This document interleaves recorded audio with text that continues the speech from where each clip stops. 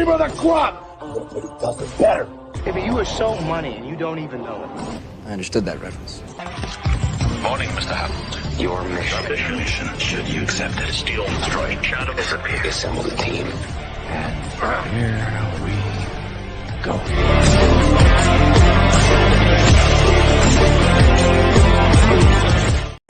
Greetings and salutations. Welcome to Freewheeling Fridays, part of the Madness Entertainment Group. I am your host, Ryan of Anti Quote Channel. This is the show where we introduce you to some of the best indie creators from all over the world, and we find out more about them by taking your questions. And we also like to talk about little things called, pop culture that's only been around for hundreds and hundreds of years.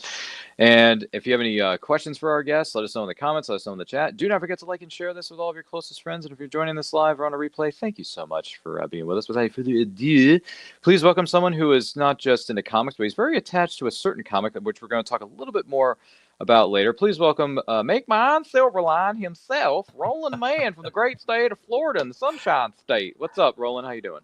Oh, I'm doing well. And you? I may not live in the state of Florida, but I'm doing quite well up in the northeastern United States, where Maryland is located. There you go. So, go Maryland. Go Terrapins. Well, yeah. I heard you got that accent down. I didn't realize that was a Maryland accent. No, it's not. I'm just imitating you because you have a very unique voice and a very great talent for promoting other people's projects as well as your own. So, you always come up with that. You always come up with the wristband. Make mine Silverline, and every one of your crew, every member of your family is what. Yeah, there it is. Let's bring that up for a second. That's right. Make mine Silverline is spread out everywhere across the country and across the world for that matter. That's right. So it's. Yeah, Silverline Comics, very, very good to you. So just to give the person who may be watching and listening to this right now, in the words of our good friend Jack, Roland, tell us a little bit about yourself. Who are you? Well, as you mentioned, I'm a Southerner, lifelong. Spent a few years over in California when I was an editor. Been working in comics since the late 1980s. Thank you to the black and white boom of the 80s. A lot of folks know me. I did a book called Cat and Mouse back in the day. I could probably reach over there and grab one if anyone remembered it. Cat and Mouse ran for a couple of years, got some critical acclaim, and I was then hired to be an editor at Malibu Comics. A lot of people remember Malibu because they did the Ultraverse. I was an Ultraverse editor, edited about half of the line. Then we were bought by Marvel, and I became a Marvel editor.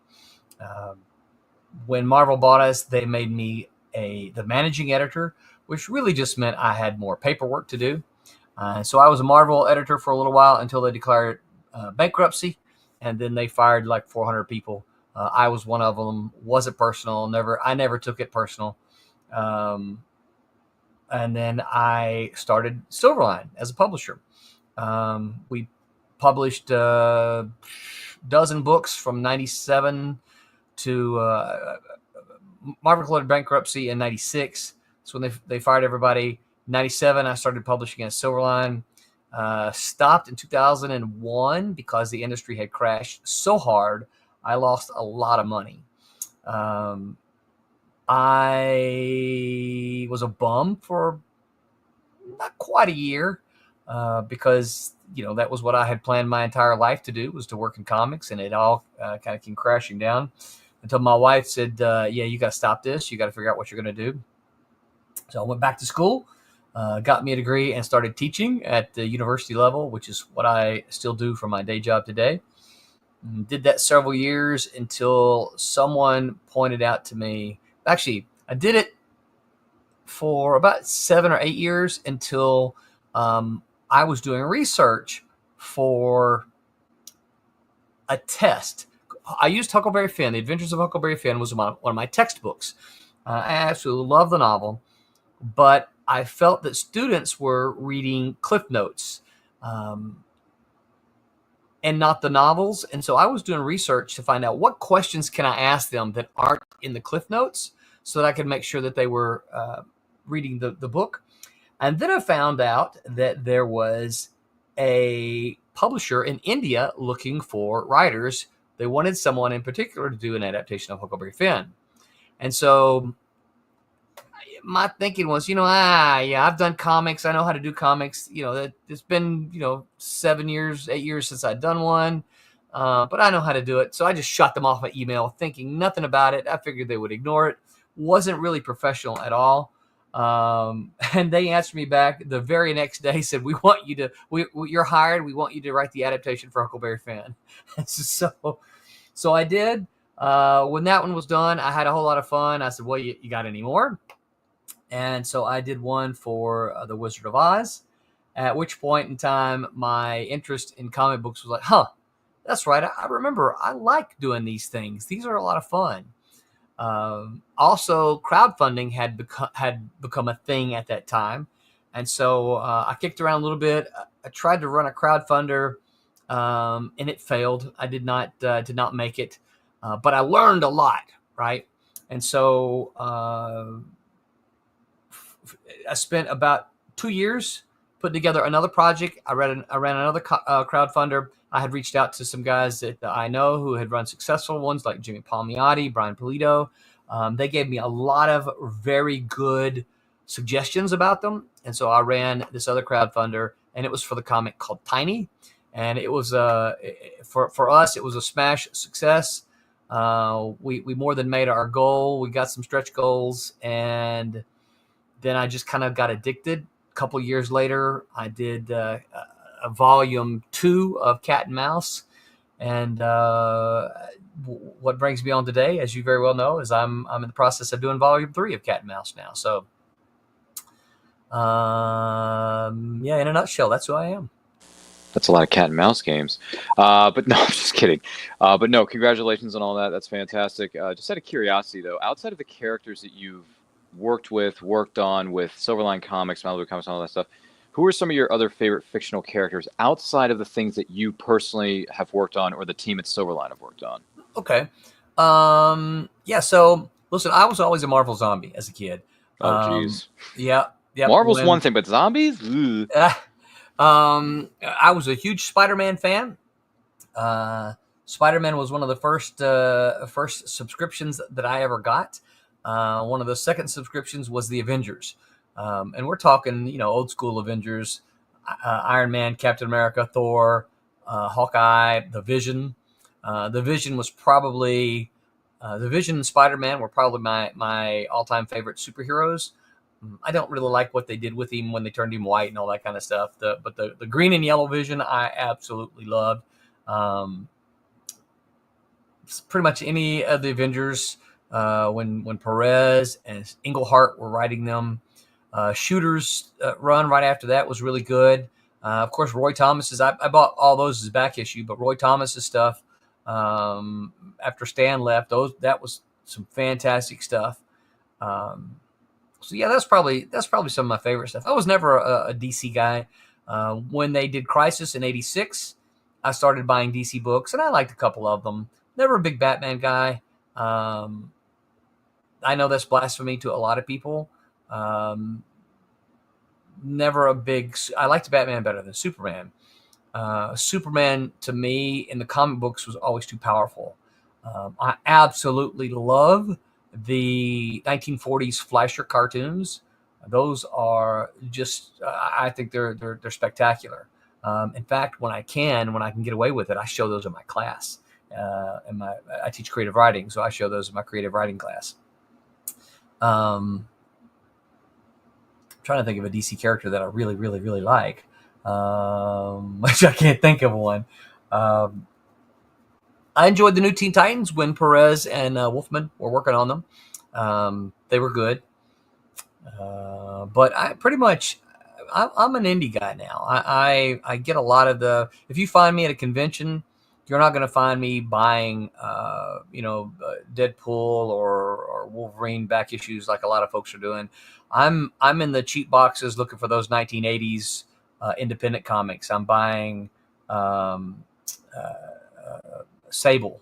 I'm buying Elementals. I'm buying Scout. That's the kind of stuff that you'll find me picking up at conventions. No, that's fair enough. Yeah, I understand that, but Yeah, so all right, Marvel guy, huh? Yeah.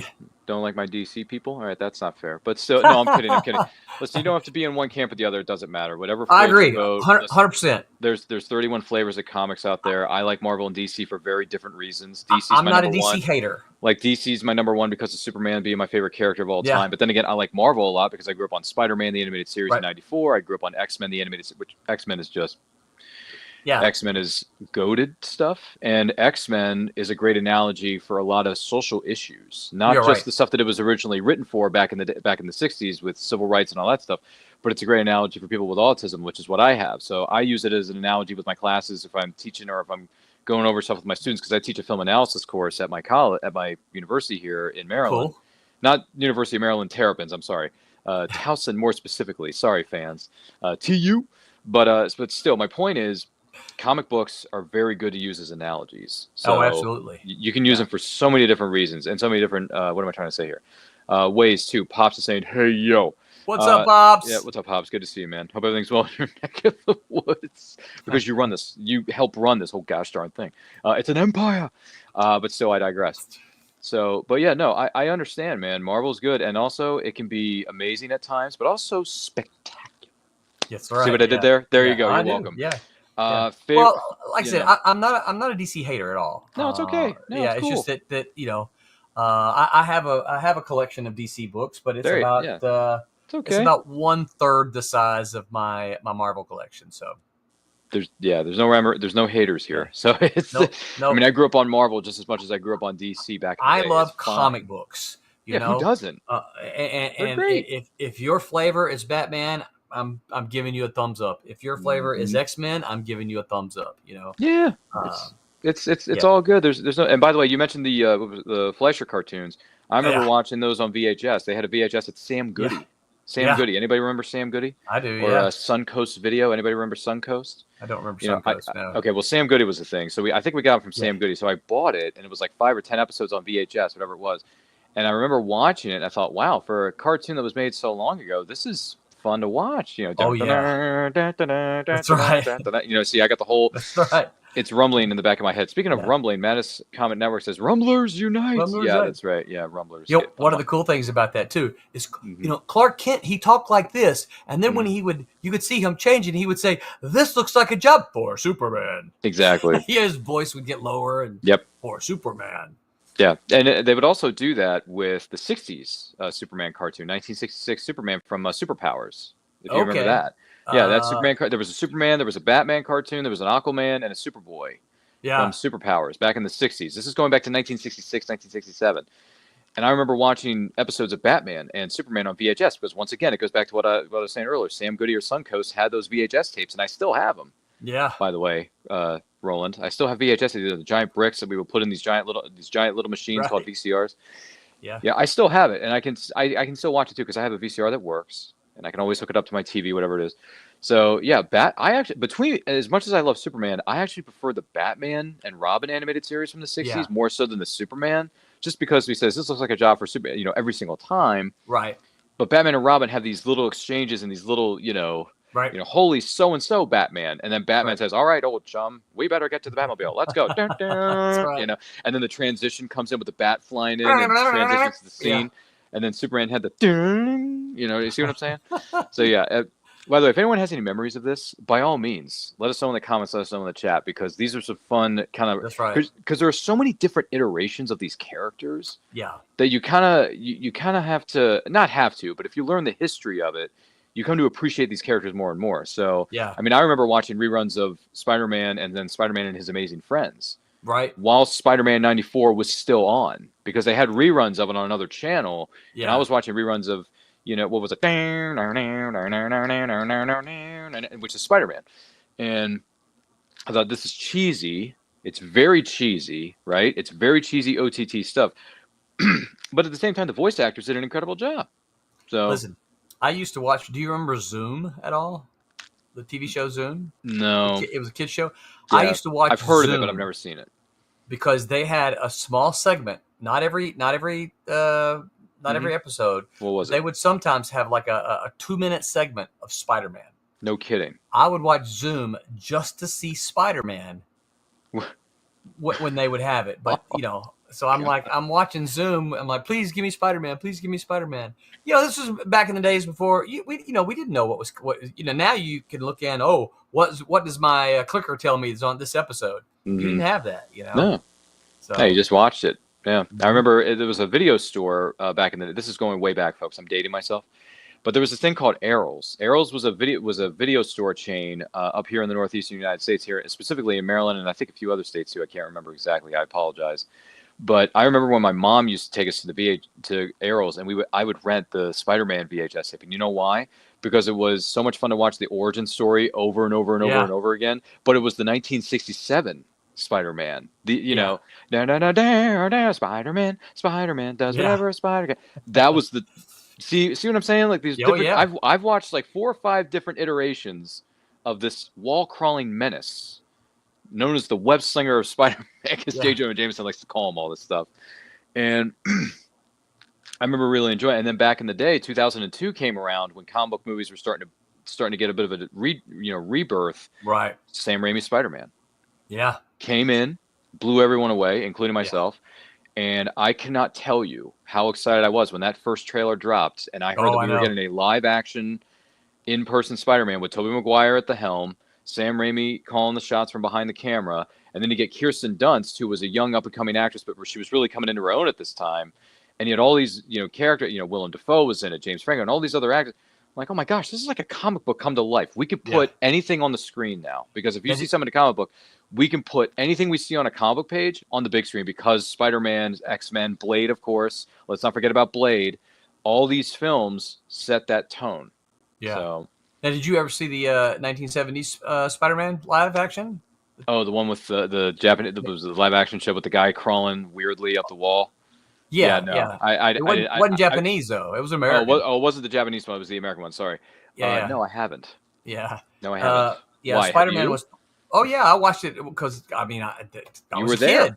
Yeah, you were there. And so I watched. As far as I know, I watched every episode live on television when they aired. Gosh. Oh man. But it was Nicholas Hammond. Yes, that's it. That's the name I was trying to think of, Nicholas Hammond. And what a lot of people don't remember is Nicholas Hammond was one of the young boys from what was he in? The Sound of Music. Get out of here. Yep. That was him. He was one of the there was a big family. There was like 12 of them. I can't remember their name now. Someone who's listening would probably know. Yeah. But he was one of the young boys. The singing family, I had no idea. Yep. Small world for a Spider-Man. That's right. That is crazy. Just out of curiosity, though, as a bit of a follow-up question to this, what is your favorite live-action iteration that we've had of Spider-Man over the years, whether it's TV or in film? You know what? I'm gonna have to go probably with the new guy, Tom Holland. Like the new kid, huh? Yeah, and there's a lot of reasons for that. There's things I don't like about him, and I don't want anybody to don't want anybody to think that I'm throwing a lot of shade at it, because I go to the movies, I enjoy the movies. My problem with the Tobey Maguire stuff was I thought they took part of my Peter Parker is a brilliant scientist, right? He's a brilliant junior scientist. He's a kid, but he's brilliant. And they made the web bio in Tobey Maguire, right? So it came out of his skin, and I'm like, no. He needs to create the web shooters and the little flicky thing, and I'm like, when it was bio, I'm like, you just removed that part of his character. And so I didn't like what they did. I thought the second movie was great. I thought the second movie with Doc Ock was fantastic. The second guy, Garfield, I thought he was a great Spider-Man, but I didn't think he was a very good Peter Parker. And then the Tom Holland, I think he's the better mixture of all of them. I think he's a better Peter Parker and a better Spider-Man. And some of it just could be, he got a better script. The thing I don't like about him is that he has all these gadgets from Tony Stark. And I want him to have his own. I don't mind him trying him out in the movie. Oh yeah, give me this little, robo spider thing. Use it and then go back to his costume. So I don't mind that as part of the story, but I don't like to see him using all the Stark technology. I want to see him make it, because again, part of his character, part of what I always liked as part of Peter Parker's character was that he was brilliant. He made all of the stuff that he used. So I get that. that was a long-winded answer, wasn't it? No. Hey, listen. We can if we want to keep things on the rails here or go off the rails, it's fine. It's called Freewheeling Fridays for a reason. Once again, we are part of the Madness Entertainment Group. Don't forget to see what I did there. That's right. It's madness. I'm getting better at this. Don't forget to like and share this with everyone you know. If you're joining us live or what is known as a replay, thank you for doing that. If you have any questions for Roland or myself about our love of different characters featuring the wall-crawling menace known as Spider-Man, because we have a lot of experience in this area, to be perfectly honest. Let us know in the comments. Let us know in the chat. Be more than happy to, excuse me, hear from you as we go through the course of this episode. Yeah, since I'm a millennial, I hate to say this, I'm a millennial. My favorite iterations of Spider-Man are Christopher Daniel Barnes voicing him in the '94 Fox Kids animated series. I think he played pretty damn good. And he still does conventions, by the way. Christopher Daniel Barnes does conventions. So, Roland, when I see him, I'm going to have him sign my Spider-Man animated series Blu-ray set. I can guarantee you that. Nice. And then my favorite live-action iteration of Spider-Man, like I said, I'm a millennial. I grew up on the 2000s, so I'm going with Tobey. I'm going with Tobey. I love Tobey. The first two films are great. The third one never happened. Andrew Garfield's The Amazing Spider-Man 1, I think is fine. I don't mind it. It's fine. Right. Plus, he goes up against a villain I've been wanting to see for a long time on the big screen, the Lizard. Because in the first episode of the original, of the '94 animated series, the first villain that Spidey goes up against is the Lizard. Okay. So the fact that they put him in the first movie for Andrew Garfield, I'm like, oh, this is like the live-action series a little bit more, so come to life, because Andrew Garfield's going up against the Lizard, and he's played by Rhys Evans, who's a great actor, so this works. And, I mean, it was fine. I enjoy the movie for what it is. Right. It's a good reboot. It's not terrible. Same. And Amazing Spider-Man Part 2 never happened. And, then we got some guy named Tommy Boy Holland, whatever his face is. And, he's fine. I don't really care for him, to be perfectly honest with you. Here's my thing about Tom Holland. I like it when he shows up in team movies. But when he's doing his own solo movies, I just don't care. Yeah. But when he shows up in Civil War, beautiful, fantastic. When he's in Infinity War and Endgame, and he's helping the guys, destroy this whole thing, and defeat Thanos, right? I'm thinking to myself, okay, this is the Spider-Man that I can deal with, right? But unless it's my homeboy Tobey, he's too old for this now. But at the same time, like if Tobey's in it, I'd watch it to the day I die. But since the torch eventually does have to be passed on to new actors and new people, because you can't play one character forever, because the character is bigger than the actor. I agree. You got to keep going. I felt that about Black Panther when everyone was yes, it was horrible that sad. It's very sad that Boseman that's very very sad. But Black Panther is more important than Chadwick Boseman, and I would rather see them get another actor to play that important character than to just do away with it. Yeah, that's another fair point. We've had actors voice Black Panther in the animated series too, and those people have done fine. So I don't see what the problem is necessarily. One of my big problems with the Tom Holland, the Spider-Man was that, and a little bit with the others as well, is that it's kind of twofold. It's like every time he stops moving, he rips off his mask, and everybody knows who he is. And I'm like, no, Spider-Man has a secret identity. All these people in his life should not know who he is. That was part of what his internal struggle was, because as he's fighting with all these bad guys, he's trying to keep his identity secret so the bad guys don't go after all of his loved ones, right? And, every time he stops, he rips off his mask, and I'm like, no, stop that. Just stop it. Just stop. Don't do that. But I get it. You hire a famous actor, they got to have their face on the screen. But my argument would be like, look, whenever you're Spider-Man, you're in your mask, right? When you're Peter Parker, you don't have a mask on. So, no, it's okay. The people at the MCU need to take their P's and Q's from Roland, because he knows this character better than the people at Marvel Studios do, apparently. So let's get Roland a job and helping out the MCU craft some new stories with these characters in new movies, because right now what they're doing with all these jokey things coming out every 2 seconds, man. I can't do it, and I haven't watched Marvel in 5+ years because of all the jokiness, because Endgame was a great endpoint, and then I watched Falcon and Winter Soldier on Disney Plus, # not sponsored for the show. Right. And I liked it because it was dark and gritty, and that's what I like in my comic books. I mean, I don't mind levity. But if you shove too much of this, too much comedy down my throat, I can't take these TV series, much less the movies, seriously. That's why I'm not Right. really a Marvel fan anymore. Listen, I'm always going to love Marvel for different reasons. I just don't like what's going on with the current state of affairs. But that's Right. not to say they can't, clean up the mess and make things better again. I mean, Daredevil They Born could. Again is on right now, and they're crushing. From what I've been told, I haven't seen it yet. I But haven't from what I've either. told about Daredevil, they're crushing it. So it's like, okay, well, Daredevil's one of my favorite characters because his Netflix adaptation before it got shipped back over to Disney Plus is really good because Right, it's I dark, agree. gritty, but it also has a little moments of levity here and there. Yeah. And Matt Murdock, to me, is a fascinating character. Yeah. Yeah. Agreed. I mean, I don't know how you feel about Daredevil, but I like Daredevil as a Oh, character. I wasn't a Daredevil fan early on because I didn't know who he was. And it took me as a kid, it took me some time to kind of meet Daredevil and get to know who he was. And I think that happened through some of his appearances in Marvel Team Up with Spider-Man. And then I'm not really sure, probably Frank Miller, when Frank Miller started doing the Daredevil stuff, all the people in my comic circles were like, hey, you gotta check this out. And that's kind of when I started reading Daredevil. Yeah. I believe he did.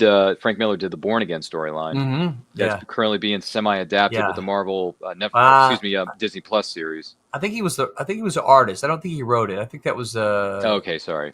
I think that was David Michelini that wrote it. I think. Oh, okay. All right. I Well, if think. he did, I was gonna don't say if hold me that's to the that. case, then that's fine. I just remember Yeah. Frank Miller being heavily involved because Frank Miller has his name on a lot of stuff. Yeah. Well, he started off as the artist on that. Exactly. Yeah. And then progressed took over as the writer. Okay, never mind. I must have got my Yeah. facts mixed up. Sorry, Marvel. If only we had this thing called Google. Yeah, which I know Roland has in the background of his studio, but I digress. But yeah, no, I like Daredevil, I like X-Men. There's so many different characters. I mean, there's just so many to choose from nowadays. It's ridiculous. Yeah. And the other thing is, and this is something I want to ask you about, because this is fair. I think this is a fair question to ask. Oh yeah, who was it? You are 100% correct. It was written by Frank Miller, but it's drawn by David Mazzucchelli. Oh, I thought Miller had. I thought it was the other way around. I thought Miller had drawn it and someone else wrote it, but he was a writer, and then David Mazzucchelli was the artist. Huh. Okay. Well, there you go. I figured it was Frank Miller because I've seen the cover of it at my local comic shop. Which, by the way, support your LCS, folks, when you get a chance. Absolutely. For your local comic shops. There's a lot of great resources there, and there's a lot of great titles you may want to check out too. So. Be sure when you support your local comic shop. Mm-hmm. And then Pops is saying, "Well, what about Silverline?" I'm like, "Yes, we're getting to that. Yeah, Silverline's very important because they have Silverline comics in local comic shops in Florida, right?" They do. I was going to say, be sure that you ask for Silverline by name, and if your retailer doesn't have it, any of our books, tell them to ask for, or tell them to look in the catalog. Because look, here's a catalog. Here's one of the recent catalogs. Hold on, I don't have it marked. I should. Yeah, there should be a giant bookmarks sitting there. There really should be. Let's see. Somewhere around here. E, F, G, H, I. All right, look, here we go. There it is. And there's Silverline right there. You can see it says Silverline Comics. Divinity. So we've got a spotlight on Divinity #1 here. Which is a great storyline by Barb Kahlberg. That's right.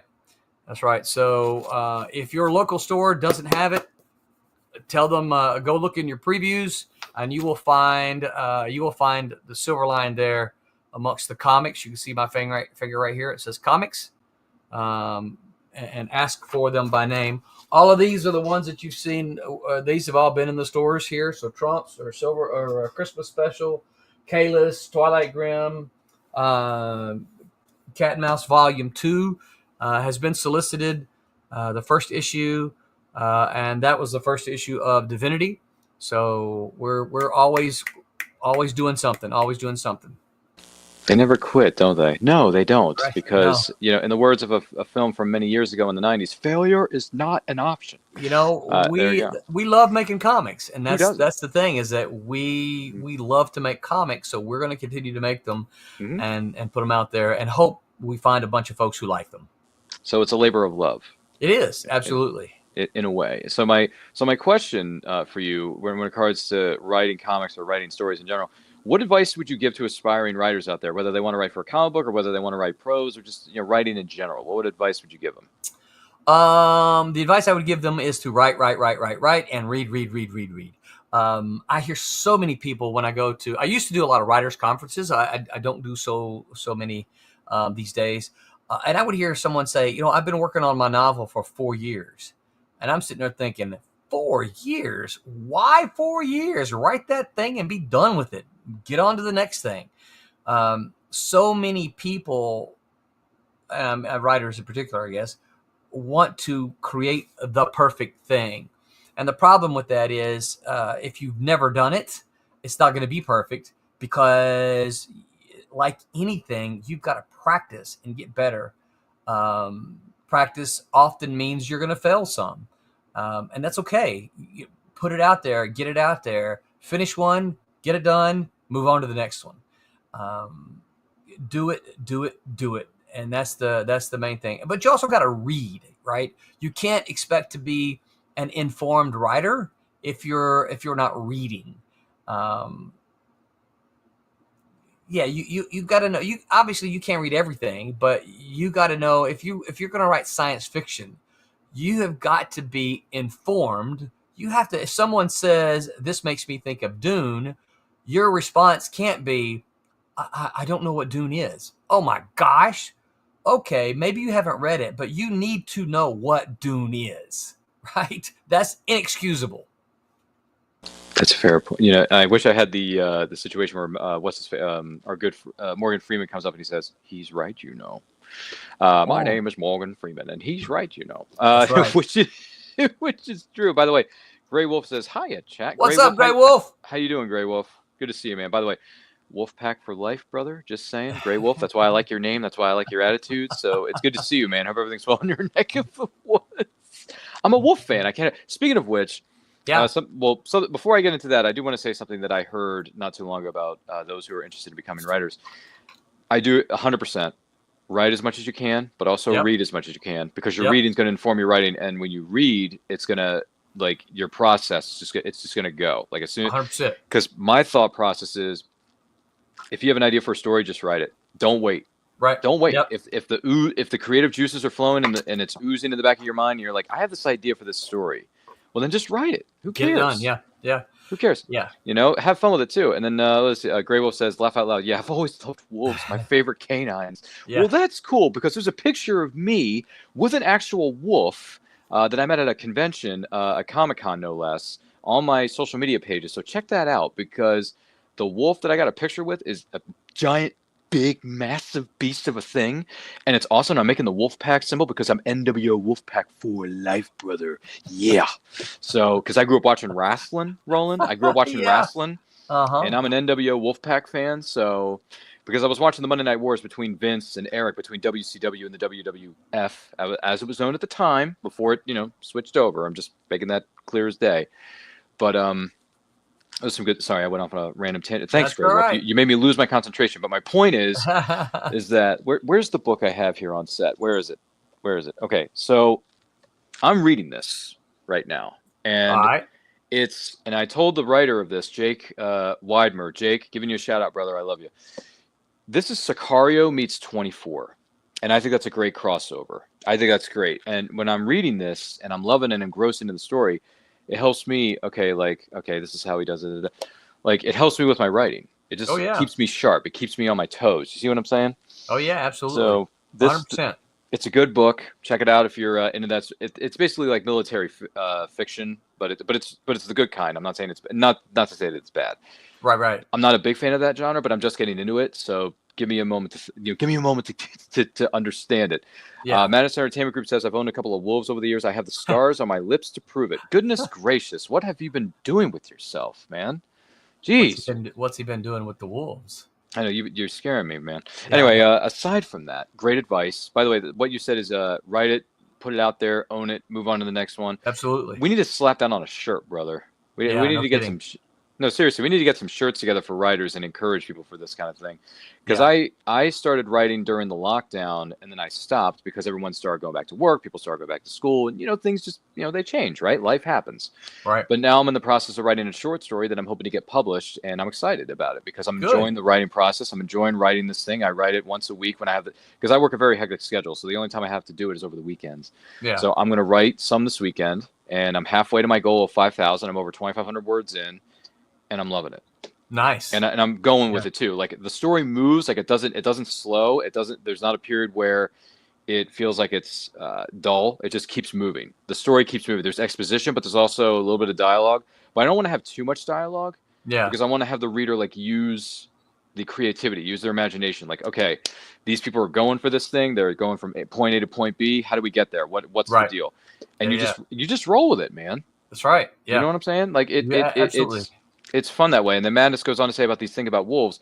To get near her pups, I had to approach with meat hanging out of my mouth. Pups bite you. Laugh out loud. Why do I feel like this is a story that leads into a song? I don't know why. I'm thinking of a wolf song. I don't know why. Yeah. It's creeping me out. Anyway, I'm sorry. Meat hanging out of your mouth, huh? Okay. Yeah, what isn't that a song from some rock band from the 80s? I don't know. I don't know. Something weird is going on. Something weird's going on here, Roland, and I don't like it. No, it's Pops, so what do you expect? He's just being, yeah. But thanks for your stories, though, Pops, in the chat. If you have more stories about these wolf packs and pups and whatever else is going on, let us know. Be curious to hear your 2 cents. Yeah. Just goodness Lord. But as far as it's a Nickelback song. Okay, all right. I don't know what song it is particularly, but I do like Nickelback. That's going to cause a stir in the comments. I'm one of the few people who likes Nickelback. I have to confess, I'm not really sure. I've heard the name and all the jokes and everything, but I don't know that I would recognize the song. Really? Oh yeah. Saving Me. Well, they did the theme song for Spider-Man Hero with Chad Kroeger and Josie Scott. They say that a hero can save us. That was him. All right. Yeah. Cool. I've heard that one. Yeah. Yeah, well, that's a little taste of Nickelback because it was a collaboration between Chad Kroeger of Nickelback and then Josie Scott of Saliva. Gotcha. It was a collaboration. Yeah. It was a duet. So okay. Feel free to look it up. It's good stuff. Outside of that, but as far as I'm trying to think here, right? What am I trying to say here? Writing goes and all that stuff. How do you feel like in today's as far as indie comics go, when I think of wolves, I'm thinking of a comic book series called Night Wolf, written by Rob Multeri of LoneWolfComics.com, which that's where you can find him. He's a good man, good writer, good friend of mine. I got a number of his Night Wolf comics over here on set. I got the Night Wolf Volume 2 trade paperback behind me, which I know is hard to see right now, but it's there. And that's a cool indie comic. Indie comics are very creative stuff. I think they're more creative than what the big two and some of the other big name publishers are doing. 100%. Because indie comics, you have more freedom, you have more creativity, more control over what kind of stories you want to tell, and things of that nature. But my question to you is this: it's a 2-part question. The first part of it is, do you feel like in today's market we are getting inundated with too many comic book movies and TV series, or you just feel like there's so many to choose from, we just got to choose wisely? Or do you think they should pull back on some of the comic book based movies or TV series that we're getting? I don't think there's too many. But again, I'm a comic book fan, so I'm okay with them. Now, here's the thing that I think a lot of people are thinking about. It's like when Miss Marvel doesn't sell at the numbers that the Avengers did, that shouldn't be a surprise, because the Miss Marvel comic book didn't sell the numbers that the Avengers the Avengers comic book is far more popular than Miss Marvel. This Thunderbolts thing that's coming out, I went to the movies this evening and saw the trailer for the Thunderbolts. It's not going to do, I expect anyway, it's not going to do what the last couple of movies have done, because or let me say, it's not going to do what Spider-Man and Iron Man and the Avengers do, because I don't even remember the Thunderbolts comic book that much. I think you can find a lot of those in the dollar boxes. It just wasn't a very popular comic book. And so I think that it shouldn't surprise us when the not so popular comic books are doing not so well and when I say that, I mean specifically Marvel and DC, right? Independent comics are always just a crapshoot, right? Men in Black created by a friend of mine by the name of Lowell Cunningham, the comic book. It didn't do that well as an independent comic book. It just didn't do that well. But it did phenomenally as a film, and then he got the other films. So, but that's because it didn't have any baggage attached to it. Where now when you see a Marvel film, it's like, oh, everyone knows Spider-Man, everyone knows Iron Man, everyone knows Captain America. Who are the Thunderbolts, right? I don't know. I saw the trailer. They don't even all have names. They just call them by their names, and it was like, what? Why aren't they calling the Captain America replacement? You mean Bucky Barnes and Winter Soldier? No, the other guy. Oh, U.S. Agent. U.S. Why Agent. Why aren't they calling him U.S. Agent? Yeah, They're not. They're just calling him by his character name, which is alcohol. I forget the name of it. I don't remember. Oh shoot, what is his name? Somebody in chat mentioned. Yeah, let us know. I'm curious. But yeah, that is a bit strange. Jack. Wasn't Jack Daniels? Jack anyway, Mason. whatever. Jack Mason? No, I'm just kidding.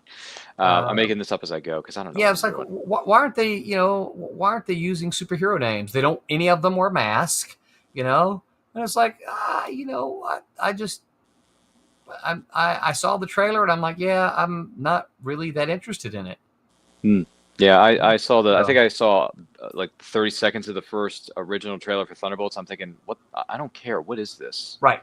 Yeah. This is like a knockoff. Like they're trying to make it like it's not the next Avengers movie by any stretch, but they're trying to make it seem like, oh, the world's going to end. There's only one team that can save us, and it's Thunderbolts because the Avengers aren't anywhere to be found. I'm like, yes, they are. You just don't want to have it for this movie because it's a spinoff of a team that I never heard of, and 99.999% of the audience has no idea who they are unless you're a diehard comics fan. Yeah. Because everyone assumes, not everyone, but some people have assumed that when you go to the movie theater, you already know what you're in. No, I don't, because I didn't know who the Guardians were until the film came out.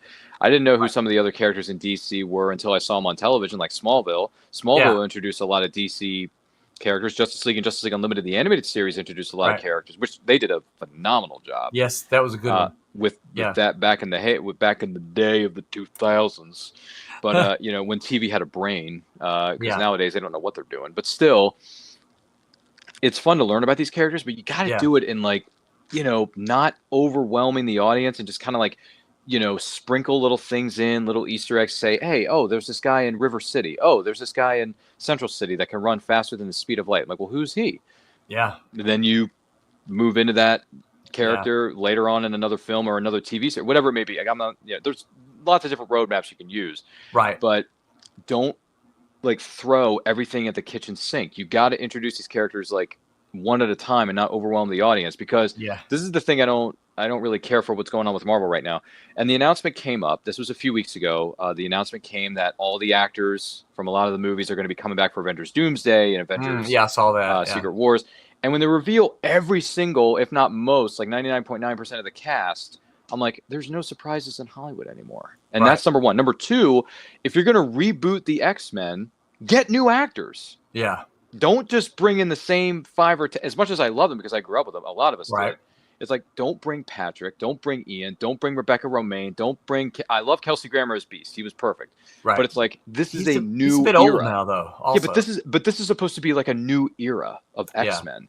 Give me new actors that I've never heard of, and let them take the helm, because Hugh Jackman is not getting any younger. As much as people like to think he's got a Benjamin Button thing going on in real life, Roland. But it's like, you can't play these characters forever. And you also have to give young up-and-coming talents in Hollywood a shot at the game. It works. Look at James Bond. How many different actors have played James Bond? There have been 6 actors. You know? In 60 years. 60 years there have been 6 actors. But but they've all been good. I mean, we can debate. Oh, I like this guy better than this guy. Yeah, but they've all had their moment in the sun. Yeah, absolutely.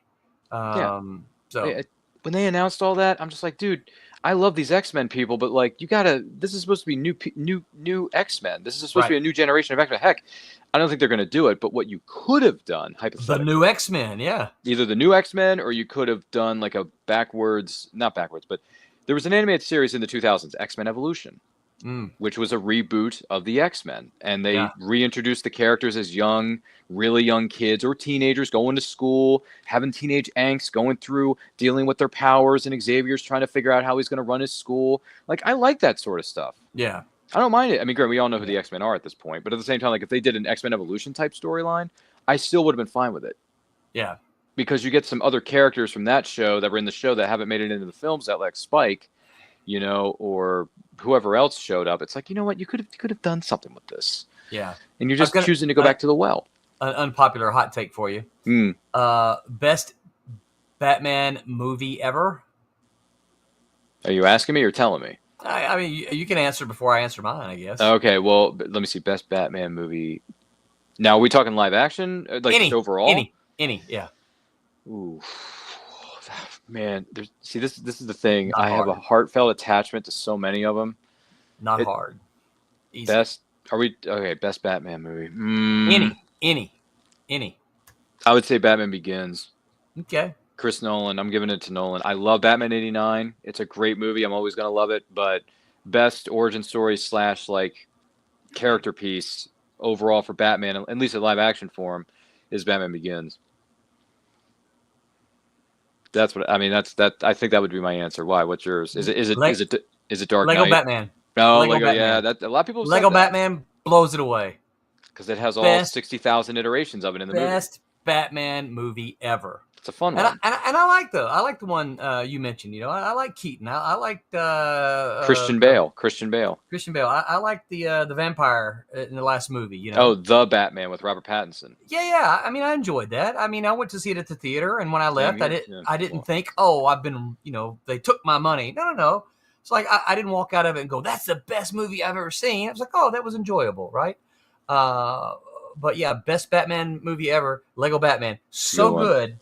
When I went to see it with my son, I came home and I told my wife that day, I said, we're going to go see this movie tomorrow.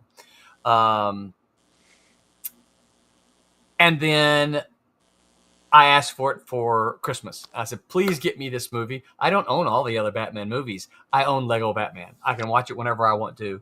And it is phenomenal. Hey, computer, I'm home. Iron Man sucks. Yeah. Password, please. Iron Man sucks. Yeah. Oh, my God.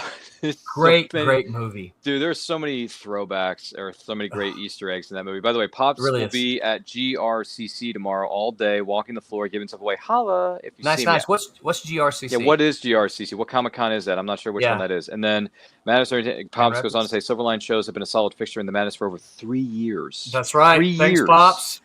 Yes, Sundays, Tuesdays, and then you got the Wednesday Wham. Wednesday Wham, yep. Yeah. Sunday, was it Silverline Sunday? Is that what it's called?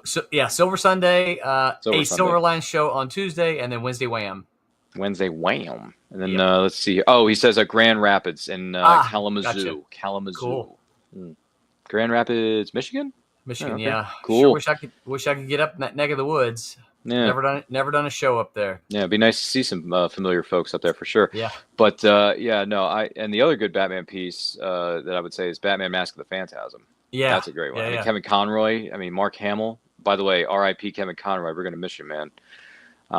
He's a great man. I met him at a Comic-Con years and years ago before he died, and he was great. He was always good to the fans, though. He never treated anyone negatively. He was always gracious with his time and respectful. And we just heard about the unfortunate passing of another Batman. Val Kilmer passed away recently. He played Batman in Batman Forever, and that movie turns 30 this year, believe it or not. Holy mackerel. And we are doing and let me tell you a true story here, Roland. We're doing a 30th anniversary watch-along for Batman Forever later this year on my channel, Anti-Quote channel, which is written right here. So subscribe to the channel, check it out. There's a lot of great movies that we've celebrated over the years. We just did one earlier tonight for Arnold Schwarzenegger's Total Recall. Because it turned 35 this year, Roland. Turned 35. Good grief. I know. We're getting so young in the tooth here. It's crazy. Let's see. I'll talk to Mark and see if I can get you an invite, Roland, to one of these shows. And the big show is going to take place within the fall. Oh, that would be very cool. In the fall of 2025. Okay. Well, yeah. Nice. We'll get you a ticket up there. We'll have to wait and see. We'll get you a booth. Something like that. We'll get the Silverline people up there or something. You never know. Once again, this is Freewheeling Fridays with the guest of honor, Roland Mann, who knows more about Spider-Man than the average human being. Let us know. Let us know if you have any questions for us in the comments or the chat. Do not forget to like and share this. And if you're joining us live or on the replay, thank you for doing so. My next question is: do you feel like there is? This hasn't been brought up recently, but in the past, this thought has been brought up. So I'm just curious to hear your 2 cents. Do you feel like there's too many crowdfunding campaigns for indie comics going on on the interwebs right now, or do you think there's just enough, or maybe do you think we should have more? You know what? I think however many we can get is fine. I don't feel there's too many. I feel that backers need to be discerning. And I know that's not always easy, because you think, oh, this one looks good to me, I'm going to give some money. And then 3 years later, you're still waiting. I think some backers don't take the time to research to see, okay, does this person deliver on their campaigns? How long does it take them to deliver? Where are they at in the production process? I think competition is great. So I don't think there's too many. I would like to see, and I don't know how that would happen, but I would like to see a lot of the backers who get excited jump out there and back something, and they could potentially go, oh, look, I'm going to be a backer of multiple independent comics. But what happens is they jump out there, they back something, and then they don't get their promised book. And then they're like, well, I'm not going to back any comics because I backed that one and I didn't get it. And I think that's a problem. I think the campaigns that do that are a problem, and I don't know how to fix that. I don't know how to address that, other than just talk about the creators and the people who crowdfund and fulfill. Yeah, fair enough. That's understandable. And but yeah, no, and the good thing about indie comics is that there's so many different titles and so many different characters and people to support. And that's why I love about indie comics, that they're so creative and they have all these visions and they're passionate. The passion just comes through a lot of them. I can't speak for everybody, but from the experiences that I've had on social media, whether it be through Kickstarter or some of the other websites out there, it's been very, very good to me. People with passion, very, very good to me. If you are passionate about your story, whether you're an indie writer who writes words on a page or you're doing it for a comic book, doesn't matter. If you're passionate about your project, that's going to show through, and people are going to gravitate towards that. Because I tend to support people who are very not that Silverline isn't passionate about what they're doing. I mean, I see Silverline posting on my social media feed all the freaking time. Yeah. You guys are uber passionate folk. Oh yeah.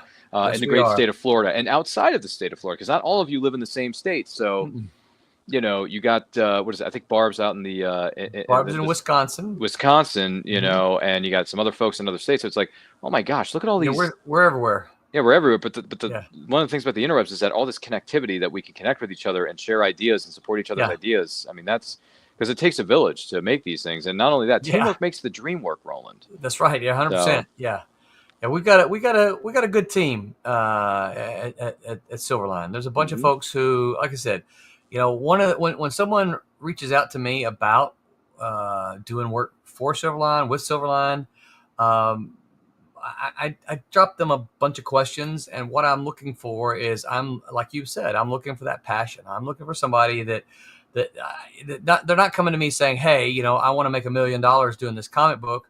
I saw Brian Pulido made $250,000 on his campaign. This is what I want to do. I'm like, well, yeah, okay. I'm like anybody else. I want to make money too, but I'm not. I have a job.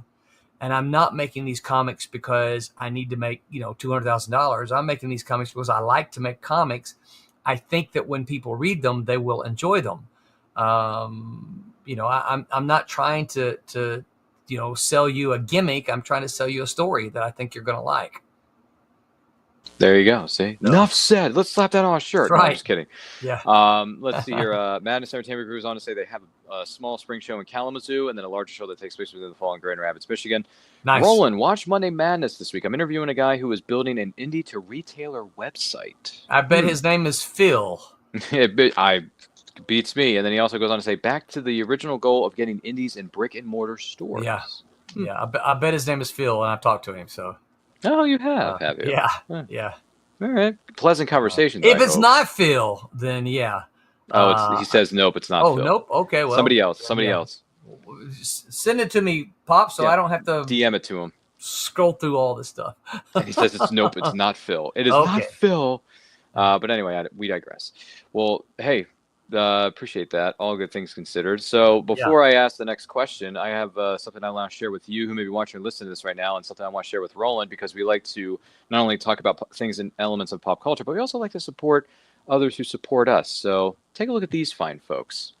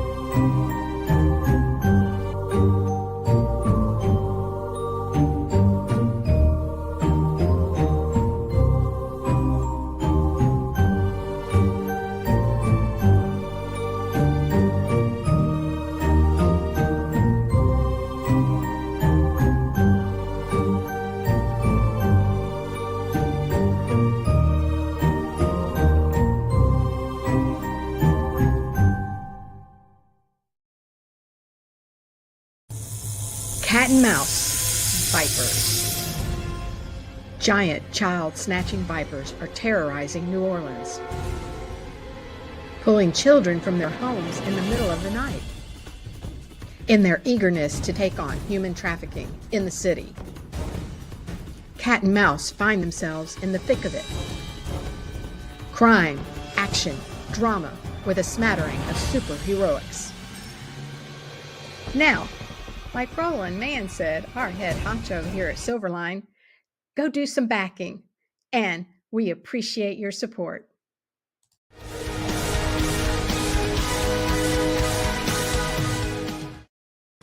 Hey, what a brilliant segue into our next discussion point, right? So, Roland, you got so many things going on there at Silverline, but one in particular is this one: cat and mouse with vipers, giant snakes, and in the words of my good friend Indy, snakes. Why did it have to be snakes? So, how did this come about, and how jazzed are you about this fun crowdfunding for this one? I am so stoked. This is my proof copy of the exclusive cover that you can only get through the crowdfunder. If you like shiny, and this is just gorgeous, if you like shiny, the only way you can get this is to back the campaign. The book will, of course, be available, but not this cover. What we do is we print to however many backers ask for this, plus about 10 for the creators. So if 2 people, I haven't checked the crowdfunder to see how many have backed it, but if 2 people back this campaign or back this comic, we're going to print like 12 of them. If 100 people get this comic, then we're going to print about 110. So this is all dependent. It is a very limited print run, but that print run is going to be determined by how many people actually back it. Again, the interiors are going to be available. They'll be available with the different covers. Of course, after it's done, it's always going to be available to you. But this particular cover, this shiny, nice, this foil cover, is just beautiful. And the only way you can get that is to back this campaign. So I'm stoked. Yeah, it's a very nice shiny thing. Yeah. It's very nice. Very nice. The link has been put in the comment section of this video, so check it out. And Pop says, "Hey, I got mine." Hey, thank you, Pops. There you go. See, he got his. Yep. But yeah, Pops was, if not backer number 1, he was backer number 2. He was very, very early. Yeah. Early riser. But the link is in the comments, so check it out. Visit the website, get yourself, or the crowdfunding campaign, check it out. It looks really good. Cat and mouse, huh? Cat and mouse. Yeah. So Cat you can't and do mouse. Batman and Robin, you can't do Batman and Catwoman, but you got cat and mouse. Cat and mouse, that's right. So for someone who's unfamiliar with these characters, who are they exactly, and why do they dress up wearing these costumes? Is it because someone's after them? Maybe they're trying to get some revenge on somebody? What's going on? Yeah, so the first thing I have to do is let folks know these are not the same characters from the 90s run, okay? Cat and Mouse had a run through Malibu Comics, through Aircel. If you were collecting back in the day, you might remember this cover. It was all in black and white back in then. This is the series that was in the 90s with Malibu. It's not the same characters, right? There's a lot of the same secondary characters, right? So one of the things that folks ask me often is, will this guy be in it? And the answer is yes, this guy is going to be in it. For those who don't know, that is Demon. This is Cat and Mouse here, the original ones. But what we decided to do when we brought back Cat and Mouse is that we decided, you know what, it's been 20 years since or more since the originals appeared, and we discussed all these variations of how do we explain that, how do we account for the years. We're going to have, most of our readers won't remember it, but we're going to have some who would remember it. So how are we going to explain that? And so we opted just to, let's create brand new characters and come up with a brand new storyline. We're not going to ignore the legacy that the first two had, but you don't have to have read that first volume to understand and appreciate the second volume. So what we do in the second volume is we decide to take on human trafficking. Human trafficking, I think, is one of the great unspoken sins of our nation right now. No one talks about it. People tend to ignore it. And I thought, what better way to deal with that than to tell stories that shine a light on it. Now, before someone gets to thinking, well, I don't really want to read a story that's going to preach at me. This is a comic book. But what happens? My pitch is usually Brett gets a call from his ex-fiance, and she says, "My kid sister's run away. Would you go to New Orleans and get her and bring her home?" That's his ex-fiance, so he doesn't really want to do it, but he's studying to be a cop, so he does. He goes to New Orleans to find out she's been caught up in a human trafficking ring. So he has to figure out how to get her out of the human trafficking ring.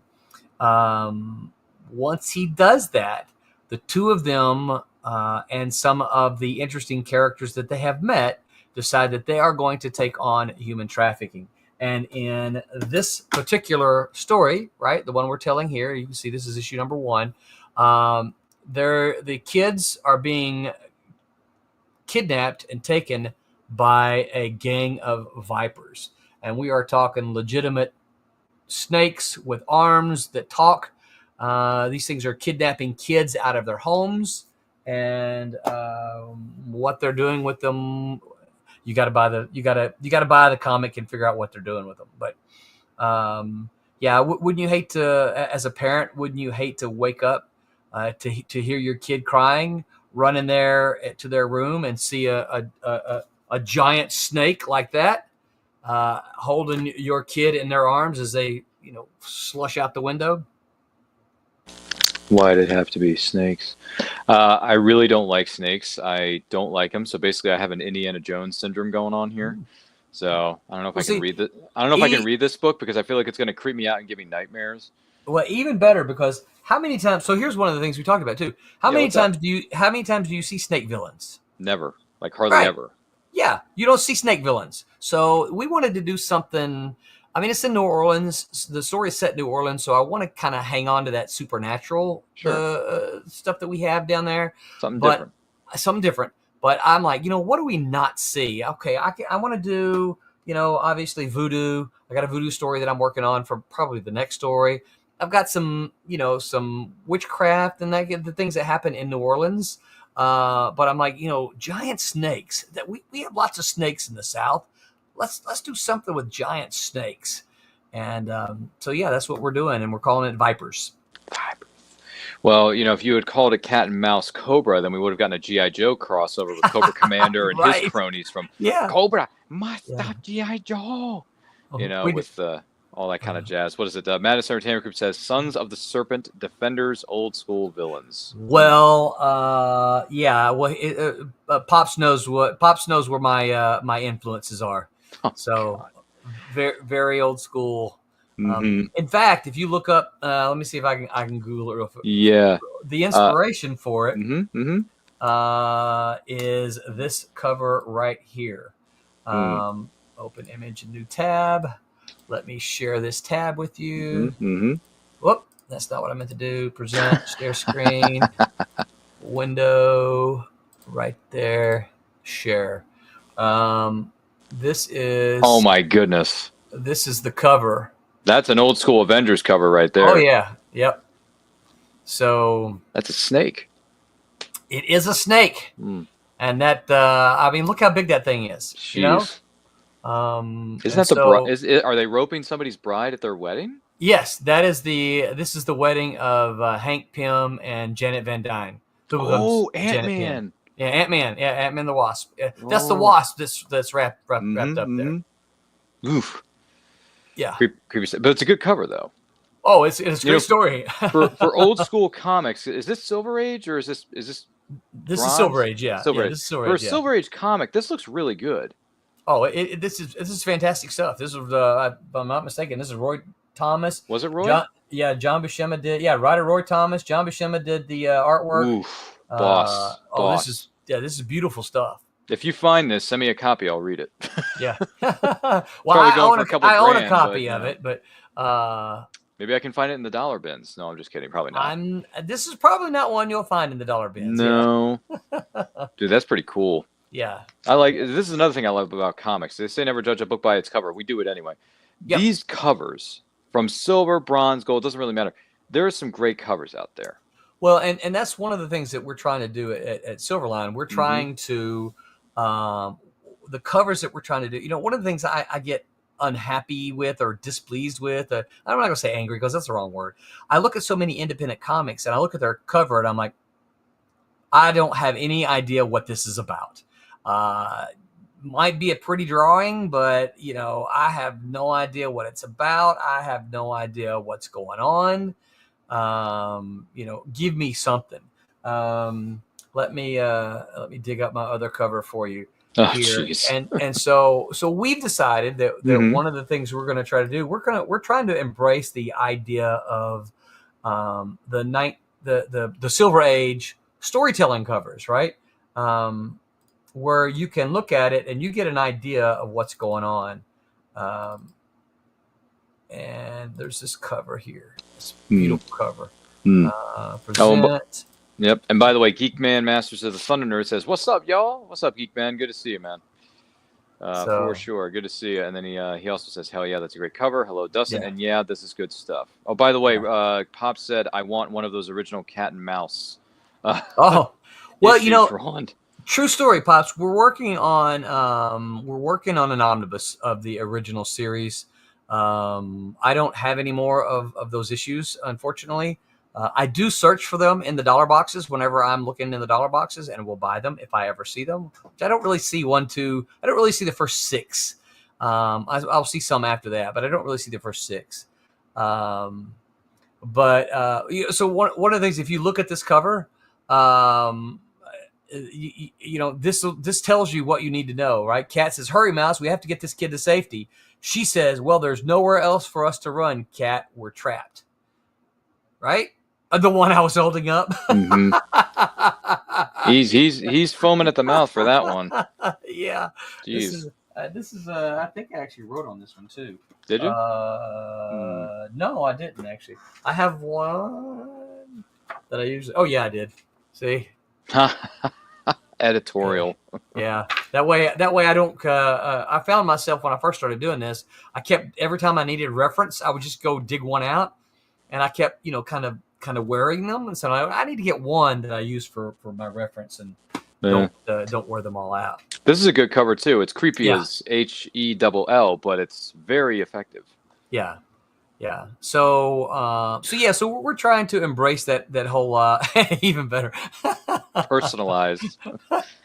We're trying to embrace that idea of storytelling in the covers, so that you look at it, you can get a sense of what's going on. That's the idea anyway. Mm-hmm. It's a pretty good. I mean, all these covers look fantastic. Congratulations to you and the creative team over there at Silverline for putting Cat and Mouse together with Vipers as the subtitle of this storyline with the snakes. Snakes. I don't know no snakes. Let's get out of here. Sorry, that's a line from Home Alone from 1990, which turns 35 later this year, believe it or not. Holy mackerel. I know, we're getting way too young for this. And then he also goes on to say, "I am a true collector. One-of-a-kind stuff is the absolute best." I hear you, Pops. I found something that over here that you would like, Pops. Oh, God. Check this out, Pops. This is an uncut cover. Oh, boy. This is Genesis number 0. Look at that. It's an uncut cover, right? So there's no staples, never were, right? This is Genesis 0. So see, all the pages can actually fall out. Jeez. Yeah. Again, it was never stapled, so there's no cover with it. So this is all the uncut guts. Fun fact. You see, the artist for that is Jimmy Palmiotti. Yes. This is Jimmy's first published penciled work. Wow. That's amazing. Jimmy said something to me several years ago. He said, he goes, "I want to thank you." And I said, "For what?" He goes, "Because you took a chance on me as a penciler when no one else would." Because Jimmy was an inker before he stopped all that. But yeah, this is you can see a lot of these marks still. But this is just the uncut guts. Guts. The guts, what we just call it. And then of course they would wrap the cover around it, and then it would go and get stapled. So. Pop says that is awesome. Put that in a magazine bag for yourself. Yeah. A magazine bag. Yeah. I'm sure they're hanging around somewhere in somebody's studio. We can get magazine bags. They still sell those somewhere. Oh, I have magazine bags. Yeah. Tomorrow, Tom. He's begging for it. Good Lord. Gee willikers. I've backed my fair share of campaigns over the years, and I love at times when I'm able to afford it, because times are tough. We all know this. We've all been through hardships. A lot of us are still going through it. I get it. We've all been there. But if you're able to back it, great. And if you can't back please do. Yeah, but here's the other thing too that we try to emphasize, not just on this show, but other shows that I do on the Anti-Quote channel as well. Sharing is caring. Just share the link. Share the post, right? Because sharing goes a long way in trying to beat what is known as the algorithm. So yes, absolutely, and that's one of the things that we ask is that if you can't, like you said, we get it. If you can't back it, share it. Of course, we do have digital versions, right? PDFs, Yep. And but if you even still can't afford that, totally get it. But it doesn't cost you anything to share. It doesn't cost you anything to help us spread the word. When you see us post, or even just make a post yourself, hey, I looked at this crowdfunder. I can't afford to back it right now, but you guys should check it out. We would be very appreciative of that. Give you one of these things right here. That doesn't cost you anything. So any share love we can get is greatly appreciated. What he said. I can't host the show any better than Roland. I mean, Roland's the best, so that's why he should be hosting the show instead of me. No. But no, I'm joshing you. But he says, Yeah. Tom got me a great interview for next week between Mark Ditko and Mort Todd. Oh, nice. For those of you who are unfamiliar with these names, who are they? Who is Mark Ditko and Mort Todd? For those of you who are unfamiliar? I don't, Pops, I think Mort, I hate to say this, but I don't think Mort is with us anymore. Mort Todd and Mark Ditko? Okay. Mark Ditko is probably Steve Ditko's nephew or something like that. Oh, that's his nephew. No kidding. Yeah, I think so. Okay. There's a name of comic book royalty. Yes. I mean, Steve Ditko goes back a long way, doesn't he? Yes, he does. He's done tons of stuff. If not written or didn't, what is it called? I'm wrong. Mort's still with us. Okay. I was thinking somebody else. Oh, he says he's the nephew of Steve, and Mort is the editor of Cracked, and I've been talking to Mort. Laugh out loud. Okay. Yeah, I don't know who. I was thinking of somebody else. Former editor of Cracked, actually. Okay. I know Mort, but who was I thinking of that passed away not too long ago? Wasn't Ramita, was it? No, Ramita was a while ago.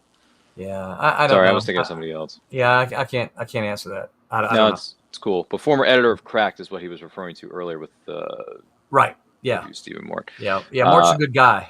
Oh, is he? Yeah. Okay. I'm not familiar with these folks, so any chance I get to learn about some... He's using a Ouija board. Oh, geez. He's using a Ouija... Oh, good Lord. I'm not familiar with some of these names that you've been tossing out in the comments, so if anyone can inform me about who these individuals are, great, because I don't mind learning more comic book history, because as we all know, comic books have been around for, what is it, like almost 100 years, and there's a lot to go through. There's a lot of names to sift through. Yeah. So, and then he says, I am jacked about this interview next week. Good, you should be. Well, good for you. Yeah. In the words of American Psycho, oh, good for you. I guess, I don't know. Oh, Lord of mercy. But if someone called you and they said, hey, we want you to write for Spider-Man, would you do it? Yeah, I don't know. Would you write for the Web Slinger? I would. My answer is this. It depends. I don't have any right now. I don't have any desire to send them stories. I don't have any desire, partly because I don't know what's going on with Spider-Man these days. I have no idea. If they're like, hey, Roland, this is all classic Spider-Man, then I'm like, oh man, okay, cool. I'm all in. I know about that. But if it was not the classic stuff, then I don't know. I would. Some of it would be if they say, "Hey, Roland, we're going to pay you an awful lot of money to write this," and then that's always hard to say no to, right? Anytime someone's going to pay you money, that's hard to say no to. But I'm not, I'm not licking any stamps and sending submissions to them. But if I was approached, I would give you that's a big maybe. All right, fair enough. Because, once you're given an opportunity to write for one of the most well-known characters of all time with great power, and that's responsibility. And that's part of the consideration is like, okay, well, if I could write Spider-Man for, a couple of issues and do something even halfway decent, doesn't have to be great, but if I can do something halfway decent, then there's a different segment of an audience that would say, hey, we like this Roland Mann stuff on Spider-Man. What else has he got? And so that's always, there's not a dollar of value that you can assign to that. And so that's why my answer is always, maybe. It just kind of depends. Well, but I'm not seeking it out, though. Well, it's understandably so. Yeah. I can understand that point of view, of course. Writing for such a big name character is a lot of responsibility, and there's a lot of ins and outs and red tape that comes with it. So yeah. Might be too much. Might be too tedious. It doesn't intimidate me. That's not that at all. Okay. Fair enough. But like I said, I haven't read any new Spider-Man in 20 years. So that's a long time. That's what I'm saying. I don't know that much about what's going on with Spider-Man in 20 years. It would almost have to be, Roland, we're going to return to classic Spider-Man. Okay, now you've got my attention. All right. It's one thing to have a person's curiosity, but now you have my attention. See, there you go. There's your Leo DiCaprio quote for the evening. Are you looking over at the other producers table over there? What are you doing? No, I was. I don't know if I mentioned this to you, but tonight, Friday is usually my game night. Oh, so, yes. So my gaming buddy, my gaming buddy Tim Miller is like, "Hey, would you shut up and stop talking? And come back and play games." We booked him for this show like a week and change in advance. So yeah, he knows that. I told him that. I'm like, dude, we got work to do back here. But I digress. Well, another. What's up, Tim? Thanks for watching, dude. Yeah. If he is watching, yeah. He is, because he's making some comments about it. Okay, I can't see him on my side of the fence here, so apparently I don't know where they went. Oh, this is Discord. He's sending me messages. Oh, okay. Yeah. I was like, wait, where are these coming from? But no, it's Tim. Say hi in the chat, buddy. Yeah, let us know. Oh, well, Pops is saying hello to Tim. I mean, there's your hey Tim liner. Gee whiz! Once again, this is Freewheeling Fridays, where we have gone completely off the rails with our guest of honor, Roland Mann of Silverline Comics, no doubt. Let us know if you have any questions for him in the comments of the chat. And if you're joining us live or on the replay, thank you for doing so. Do not forget to like and share this, because sharing is caring, and we appreciate everyone who does that. For anyone who does it, really. Do you feel Comic-Cons are starting to, I don't know, how do I phrase this? Do you think Comic-Con should, or are they focusing more on comic creators and comic artists when they have them as guests at conventions, or do you feel it's too celebrity heavy?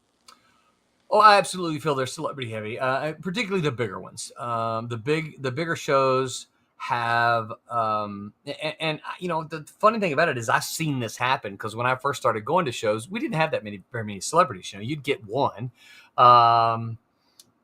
you'd get one or two or a couple, but they weren't the focus of the show, right? It was all about comic books. But I think what happened is, as shows begin to get a big name, they would see, oh, a lot of people have come to see this big name. If we can get more big names, we get more people in, and they're looking at their ticket sales. And as we've gotten corporate comic conventions now, they don't really care about comic books. They're worried about ticket sales. They're worried about they're worried about the money that they make. So I think there are absolutely still some comic centric shows. Heroes Con is one. I'm going to get to go to Heroes Con for the first time ever this year. So I am jacked about that, but I've always heard about it. It is a comic show. As far as I know, they don't ever even have a media guest. Daytona, down in my neck of the woods, Daytona Beach Comic Con. Not a big show, but it's a 2-day show down here. Very comic centric. If you like comics, if you want to buy back issues, if you want to buy new comics, old comics, then you go and you're in this Central Florida area, go to Daytona Beach Comic Con. So I think those are the kind of shows that, as comic creators, we need to be talking about those shows. Everyone knows who San Diego Comic Con is, and people say, oh well, San Diego Comic Con, you can still find comics. Yes, it's so big, you can still find comics there, but that's not the focus. The focus is in, I mean, how many people have you heard about when they're talking about Hall H? Yeah. Thank you, Hall H. They're always talking about Hall H. What's going on in Hall H? I don't care what's going on in Hall H. Tell me who's going to be there. Tell me which comic book creator is going to be there. That's what I want to know. Yeah, 100%. I mean, now granted, I've never been physically to San Diego Comic Con. I mean, it is on my bucket list, but then again, it's so far away, and I'm on the East Coast. It's on the West Coast. The distance of traveling and lodging and all these. Plus, I've heard a lot of horror stories about what it's like going to San Diego and how of a cluster mess it can be. The hotel situation. It is now. Yeah, it's really messy. It's really bad. It wasn't when I was first going. That's what I'm saying. Like, things have changed over time. So I'm thinking to myself, why would I waste all that money when I can get a better experience at a local show in my neck of the woods? I've heard Baltimore Comic Con is pretty good. Yes. And the funny thing is, I've lived here all my life, but I've never been to BCCC. Shame on you. It's pretty pathetic. Yeah, it is. Shame on you. All our friends that we know of have a seat at the table at Baltimore Comic Con, and I'm like, I need to be there to see these folk because I'm shame fans. On you. Yeah. And the other, the other sad thing about it is that 9 times out of 10, I know the schedules change from year to year. It depends on when you can book the venue, but Baltimore Comic Con always seems to be held in my birthday month, which is September. So it's like it's my birthday month. What a great birthday present! And it's in my backyard. I know a number of people who are going to be tabling at because I know like some writers or what do you call it, artists personally. Right. And it's like, why am I not? Why like Timothy B. Fling is going to be there? So it's like, why am I not going to this? It doesn't make any sense. So I don't know. I mean, my friend Jeff, who lives up in the great state of Pennsylvania, maybe he and I can go together. There you go. Because I like going to Comic Cons with friends, not just by myself. Of course. Yeah. So also, you can split a hotel room with somebody. If I can get Jeff to come down here, which isn't much because he lives in Harrisburg. So like if I can get him to come down here, because he comes down here for shows all the time. It's like, listen, if you're going to come down here and it's in September, I got to look up the dates for this year's iteration of Baltimore Comic Con. But if it's in September, October, whatever, it's like, dude, let's just go. You know, it's in my backyard. It's a 30-minute drive for me. We could go down. No excuse not to. Yeah, there's a lot of great people there too. So hopefully, have any of the Silverline people made appearances or no? In Baltimore? Yeah, at Baltimore CC. Have they been to Baltimore Comic Con or no? I don't know the answer to that. I would have to ask. Have to ask the crew. Out. Yeah. Hopefully they'll have a table there this year. It'd be nice to see them. Yeah, that would be nice. But yeah. Yeah. Let me know if anyone's going to be there. I'd be curious. Yeah. Which is a question he's going to ask in his Discord. I'm sure it'll be brought up at some point, y'all. But that was just an interesting question because I feel like they are getting very celebrity heavy and not as much focus on comic creators anymore, and that's just sad. Yeah, but it is. But you do get that at the smaller shows. The smaller shows have a very heavy emphasis on book writers, book publishers, indie creators, all that kind of stuff, right? So that's the good stuff. And I'm starting to get. And I got to be honest with you, I've been going to Comic Cons for 13 years now, brother. And I'm starting to get tired of going to these bigger shows because it's just all the waiting in line and all the expenses that come with it. It's getting to be too much for me. Here's the thing. These big shows are going to continue to do that until people stop going. That was all. So I was going to say, so basically, I thought you were going to go into dissertation. No, it's cool. So basically, we got to boycott these these bigger shows and be like, hey, get off of these and come back to the smaller ones. I hate to think of calling it a boycott. Not boycotting, sorry. Support the smaller ones. Support the comic-centric shows. I would agree. Yeah. There's a new one, actually. No. There's one that's been around for a little bit, but it's still, a bit of a baby. It's like 1-2 years old. It's called RisuCon. Here in my neck of the woods of Maryland. It's going to be in Montgomery County, Maryland. So I saw advertising for it. They had a table at AwesomeCon, which was in our nation's capital, D.C. this last weekend. I was there. Cool. I was there on Saturday, which is the busiest day of the con. I met Liv Tyler, who hasn't aged a day in the 25 years that I've known her professionally. Yeah. I met John Rhys Davies from Indiana Jones and the Lord of the Rings franchise, and he was very nice to the fan. All of them were nice. They were very, very good to me. And I said, John, I normally dress up as Indiana Jones. I just couldn't do it today because I'm only here for the day. But hopefully the next time I see you, I can't guarantee this, but hopefully the next time I see you, I will be dressed up as Indiana Jones for you. Because my favorite Indiana Jones film was Last Crusade. And that was the first Indiana Jones film I ever saw. I saw everything in reverse, right? Yeah. I saw Last Crusade before I saw Raiders, right, Roland? I saw Terminator 2 before I saw The Terminator. I saw Bill and Ted's Bogus Journey long before I saw Bill and Ted's Excellent Adventure. You see what I'm saying here? Yeah. There's a weird, bizarro movie pattern with my movie madness. So. Yeah. And see, the difference for me is Liv Tyler and John Rhys Davies, I don't care. Which is fine.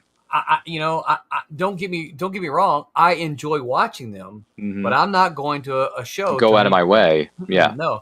I get that. I get that. He remembers John Rhys Davies as Professor Arturo from Sliders. From Sliders. Yeah. I remember that one. Yeah, I remember watching reruns of that one, Roland. Yeah. Reruns, baby. I think I probably watch it. Hey, there's Tim.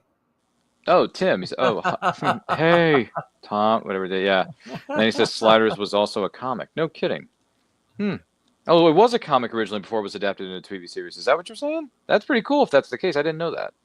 I don't know that. I don't know that either. I'm not real sure. There's so much comic history. Yeah. We could be here all day. Yeah. Hey, Tim. Yeah, everybody's saying hello to each other.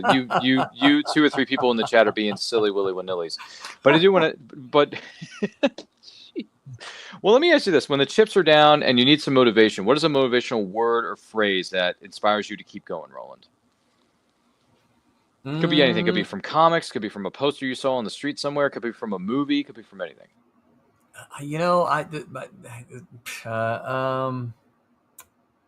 I don't get down too much. But I will say this: anytime I need that kind of juice, I go with the Nike phrase, the Nike slogan. Just do it. Just do it. Just do it. Shia LaBeouf. Just do it. Yeah. Because I don't believe in writer's block. Okay. I never have. I think people who say they have writer's block are just having writer's excuse. And so I don't, you know, there's no such thing as carpenter's block. There's no such thing as, you know, trying to think of another job now. Dancer's block, right? You can break a leg, of course, but you know, there's no such thing as you know, receptionist block. Why do writers get blocked? There's no such thing. It's an excuse. If you're a writer, you're gonna write. So, yeah. But I will tell you this: when I find that I am struggling, then I find that reading it helps get my brain going again, and so I try to read stuff that will help, you know, get my brain moving and motivated. Fair enough. Yeah, reading is good. You know, all we gotta do, and this is something we learned many years ago, right, Roland? All we gotta do is take a look. It's in a book. Okay, see what I did there? There's your pop culture. And you might find rainbows. Yeah, you might find something that involves a rainbow somewhere. I don't know. Rainbows. Feel the rainbow. Taste the rainbow. Reading rainbows, no, not Skittles. We're not talking about Skittles. We're talking about Reading Rainbow, one of the greatest children's educational shows in history. And I've had the pleasure of meeting the host of that very show, LeVar Burton, and he signed my Reading Rainbow book that I had since I was a little boy, because I had a Reading Rainbow insignia on the front of the book, Roland. I kid you not. And I said, would you mind signing this book for me? He says, absolutely, I would do it. And he signs it. To Ryan, peace and blessings, LeVar Burton. I said, thank you. What an honor. What a pleasure. Very cool. Because reading is fun. I think reading should be fun. And I also think writing should be fun, in my opinion. That is my 2 cents. But all we got to do is take a look. It's in a book. And you know what we say at the end of every show? The more you know. I want to take this opportunity to say thank you to Roland Mann for being our guest on this episode. Exactly. Freewheeling Fridays. Roland, thank you so much for being a gentleman and a scholar and helping us out and being on the show and supporting us. And we support you to the best of our ability. 100%. And you have for a long time. Yeah, for many number of years. And I think before, during lockdown, I think we've been doing it. So over 5 years, probably. That's a long time, isn't it? It is a long time. Yes, sir. That's like, gosh, it's like 30 years of a marriage. Good Lord. But we still love each other, just like we did the first day we met. That's right. But no, all honesty, though, all kidding aside, Silverline's a great group of people. I think you should check them out if you haven't already. Go to silverlinecomics.com. Great website, right? You got a lot of stuff on there. Links are there. The crowdfunding campaigns are listed there at times. So check it out. The link is in the comment section for this particular one involving cat and mouse and vipers, which... Don't get me started on snakes because I'm not a fan of. But Tim Miller says, "Hey, I enjoyed this show. Pop says this was an absolute great show, as a matter of fact." So, Roland, just out of curiosity, if someone wants to know more about you or some of the things you and the lovely family of Silverline Comics are doing, where can they follow you on social media? We are on all the social medias. You can find us on basically if there's a social media there, Silverline is there. Just look for Silverline Comics. And we will pop up. We're on Twitter. We're on Blue Sky. We're on Facebook. You mentioned a website. We're on YouTube. Pretty much if there is a social media. We were even on MeWe for a while. We're still there, but I don't think we're active. So if there's a social media, if there's an active social media, you will find us there. And so yeah, come find us, come look us up. We stream, as Pop said, at the top of the hour. We stream 3 times a week, Sunday, Tuesday, and Wednesday. I am part of the Sunday night team. We have 3 great stream teams. All of them are unique. They all have different personalities there, but we encourage you to check them out. So yeah, we're easy to find. Just look for Silverline Comics. Giddy up. And that foil cover looks ridiculously good looking. Doesn't it though? Man, I may have to get myself one at this point. I don't know. I'm telling you, you can get one, and if the snakes scare you, you can put it in a bag. I can put it in a bag. I promise you, if you put it in a bag, the snakes will not get you. All right. Well, I have to find myself a bag somewhere around my neck of the woods of my house, or if Silverline just happens to have one lying around, they can place it in my package when they mail it over to me. Yes. Whatever. We do put them in bags. Yeah. Oh, well, there you go. That that helps my situation even better. Yep. I won't be terrified. Tim Miller says that cover is just awesome. Thanks, Tim. I appreciate it. I was going to say, gee, I wonder why. He is on pilled.net right now. We have 30 different weekly shows. Tim, every playlist is a different show. Yeah, you're not kidding. You have 30 shows. Good God. Fun fact about Tim, real quick, since he's still listening. Way back when, before I had anything published, I was still trying to make comics. I was trying to do them all, right? I was drawing them on notebook paper and moved over to typing paper. Tim was my roommate for a while, and I tried to get Tim to color. I said, man, I need somebody to color, Tim. And so he colored just a little bit for me, but it was like, okay, this is not me. I tried to twist his arm into coloring, and I think I probably asked him to letter too, but we just couldn't write very well back then. Good Lord. He says, I still have those. Challenger number 1. Challenger number 1. That's it. Oh boy, someone's gonna have to send me a picture of that one. Curious Challenger number 1. But anyway, and then Madness says, I want one too. Of course he does. We don't have room for this stuff. We don't have room for any of this stuff. This is why I keep things very particularly organized.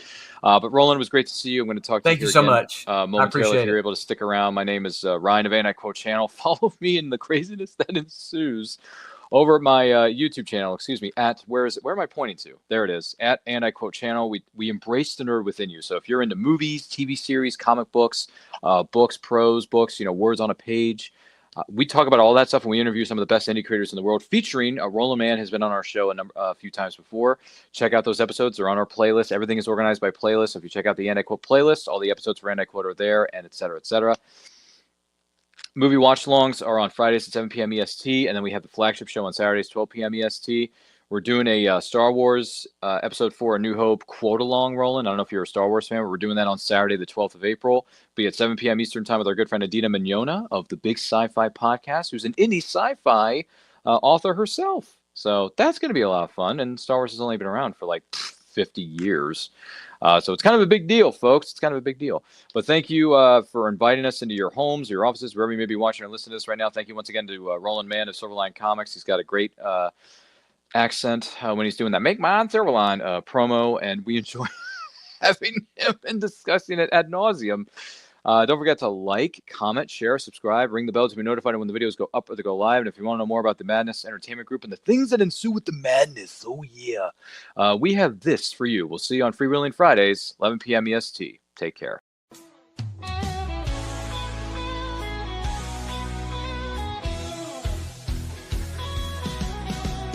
Click on the tube and feel the vibe.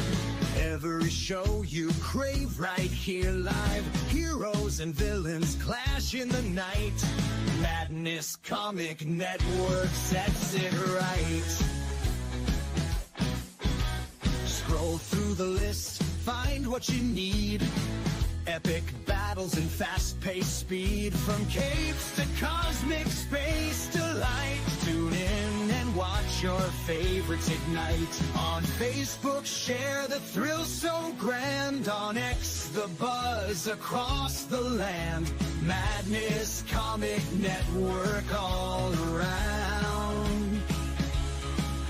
In every episode, joy is found.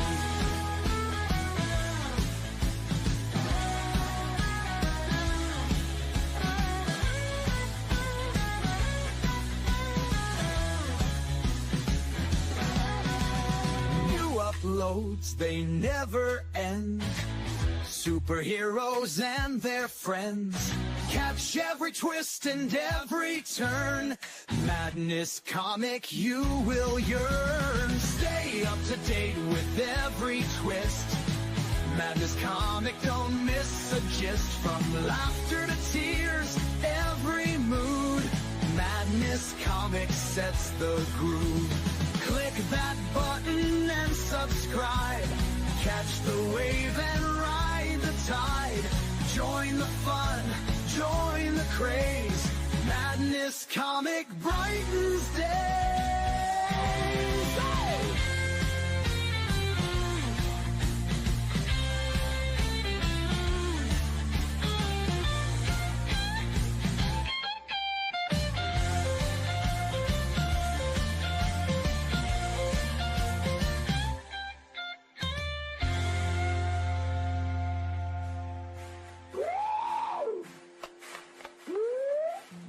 uploads, they never end.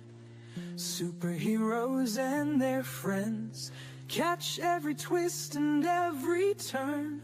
Madness Comic, you will yearn. Stay up to date with every twist. Madness Comic, don't miss a gist. From laughter to tears, every mood. Madness Comic sets the groove. Click that button and subscribe. Catch the wave and ride the tide. Join the fun.